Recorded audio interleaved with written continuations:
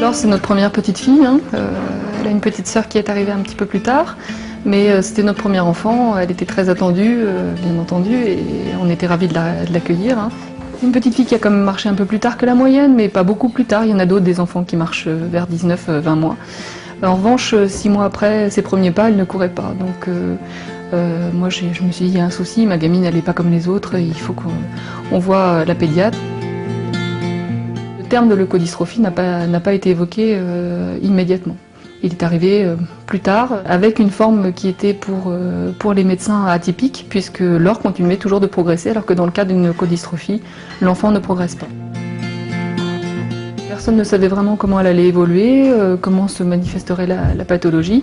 Bon, maintenant on le sait, puisque depuis l'âge de ses 7 ans, Laure régresse à vitesse grand V. Elle a perdu progressivement la marche, la motricité fine, qui était déjà pas très bonne, mais qui là aujourd'hui n'existe plus.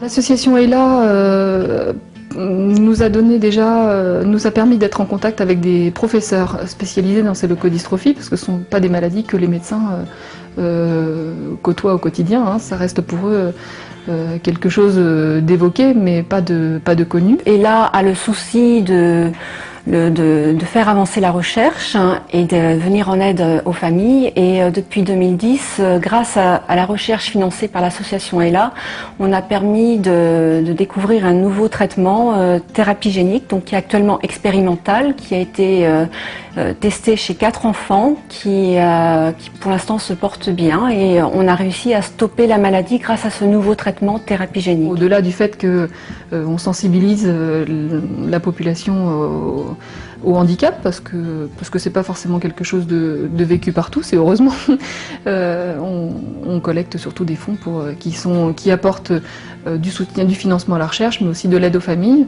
C'est une pathologie qui est évolutive, donc notre quotidien il doit s'adapter tous les jours. Il y a des aides, mais elles sont pas suffisantes.